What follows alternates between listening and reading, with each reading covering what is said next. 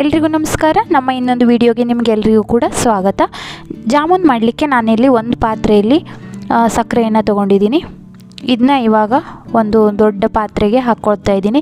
ಮೊದಲು ಸಕ್ಕರೆ ಪಾಕ ಮಾಡ್ಕೊಳ್ಳೋಣ. 1 ಕಪ್ ಸಕ್ಕರೆಗೆ 2 ಕಪ್ನಷ್ಟು ನೀರನ್ನು ಹಾಕ್ಕೋಬೇಕು ಸಕ್ಕರೆ ಪಾಕಕ್ಕೆ. ನಾನಿಲ್ಲಿ ಸಕ್ಕರೆಯ 2ರಷ್ಟು ನೀರನ್ನು ಹಾಕ್ಕೊಳ್ತಾ ಇದ್ದೀನಿ. ಮೊದಲು ಪಾಕ ಮಾಡ್ಕೊಂಡು ಬಿಡೋಣ. ನೀರು ಬಿಸಿ ಆಗ್ತಾಯಿದೆ. ಹಾಗೆ ನಾನು 1 ಟೀ ಸ್ಪೂನಷ್ಟು ಏಲಕ್ಕಿ ಪುಡಿ ಹಾಗೆ 1-2 ಏಲಕ್ಕಿ ಸಿಪ್ಪೆನ ಹಾಕ್ಕೊಳ್ತಾ ಇದ್ದೀನಿ. ಒಳ್ಳೆ ಫ್ಲೇವರ್ ಬಿಡುತ್ತೆ ಅಂತ. ಸಕ್ಕರೆ ಇವಾಗ ಕರಗ್ತಾ ಇದೆ. ಹೈ ಫ್ಲೇಮ್ಲಿ ನಾವು ಇದನ್ನ ಕುದಿಲಿಕ್ಕೆ ಬಿಡೋಣ. ಇವಾಗ ನಾವು ಜಾಮೂನ್ ಹಿಟ್ಟನ್ನು ರೆಡಿ ಮಾಡ್ಕೊಳ್ಳೋಣ.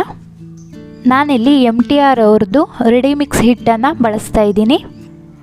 ಯಾವ ಕಂಪ್ನಿ ಹಿಟ್ಟು ಬಳಸಿದರೂ ಕೂಡ ಕೆಲವೊಮ್ಮೆ ಜಾಮೂನು ಕರೆಕ್ಟಾಗಿ ಬರಲ್ಲ, ಒಳಗಡೆ ಸಕ್ಕರೆ ಪಾಕ ಹೀರ್ಕೊಳ್ಳಲ್ಲ, ಇಲ್ಲಾಂದರೆ ಒಡೆದು ಹೋಗುತ್ತೆ, ಈ ಥರ ಎಲ್ಲ ಆಗುತ್ತೆ.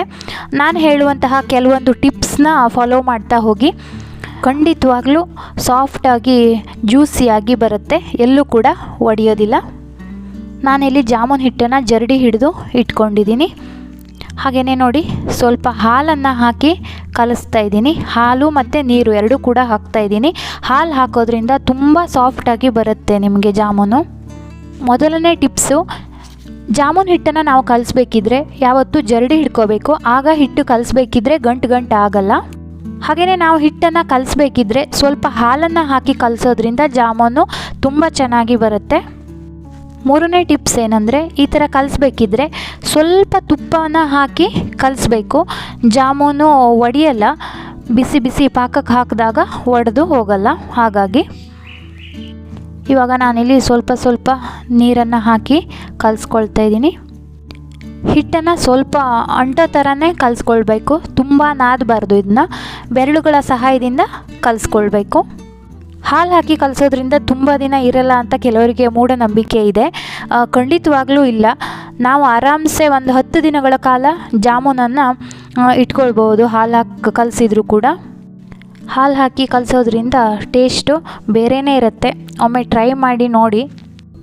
ಸಾನ್ವಿ ಸಖತ್ ಇಷ್ಟಪಟ್ಟು ತಿಂತಾಳೆ. ಹಿಟ್ಟಿಲ್ಲಿ ನಾನು ಸ್ವಲ್ಪ ಅಂಟೋ ರೀತಿಯೇ ಕಲಿಸ್ಕೊಂಡಿದ್ದೀನಿ. ಇವಾಗ ಹಿಟ್ಟು ಕಲಸಿದ್ದು ಆಗಿದೆ. 4ನೇ ಟಿಪ್ಸ್ ಏನಂದರೆ, ಈ ಥರ ಹಿಟ್ಟನ್ನು ಕಲಸಿ ಆದ ನಂತರದಲ್ಲಿ ಒಂದು ಕಾಟನ್ ಬಟ್ಟೆನ ಮುಚ್ಚಿ ಒಂದು 10 ನಿಮಿಷಗಳ ಕಾಲ ಹಾಗೇ ಬಿಡಬೇಕು. ಹಾಗೆ ಇಲ್ಲಿ ಸಕ್ಕರೆ ಪಾಕ ಕುದೀತಾ ಇದೆ. ಕಲರ್ ಕೂಡ ಚೇಂಜ್ ಆಗಿದೆ. ನೋಡಿ ಎಷ್ಟು ಡಾರ್ಕ್ ಕಲರ್ ಬಂದಿದೆ ಅಂತ ಸಕ್ಕರೆ ಪಾಕ. ಇವಾಗ ಇದು ರೆಡಿಯಾಗಿದೆ.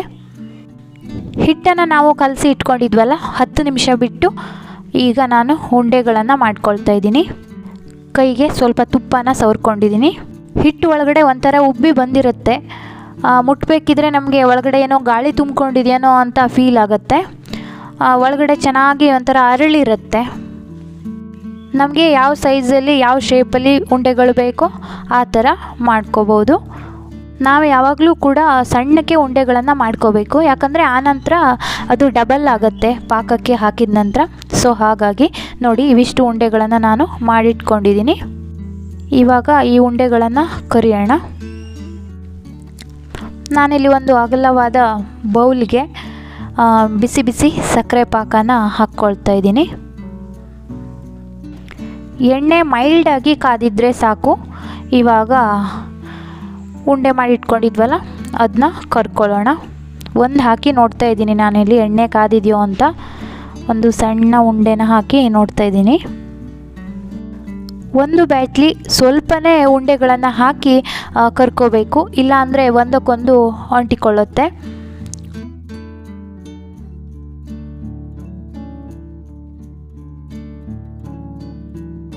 ಇನ್ನು 5ನೇ ಟಿಪ್ಸ್ ಏನಂದರೆ, ನಾವು ಈ ಉಂಡೆಗಳನ್ನು ಡಾರ್ಕಿಶ್ ಬ್ರೌನಲ್ಲಿ ತೆಗೆದುಕೊಳ್ಬೇಕು. ನೋಡಿ, ಇಷ್ಟಿದ್ರೆ ಸಾಕು.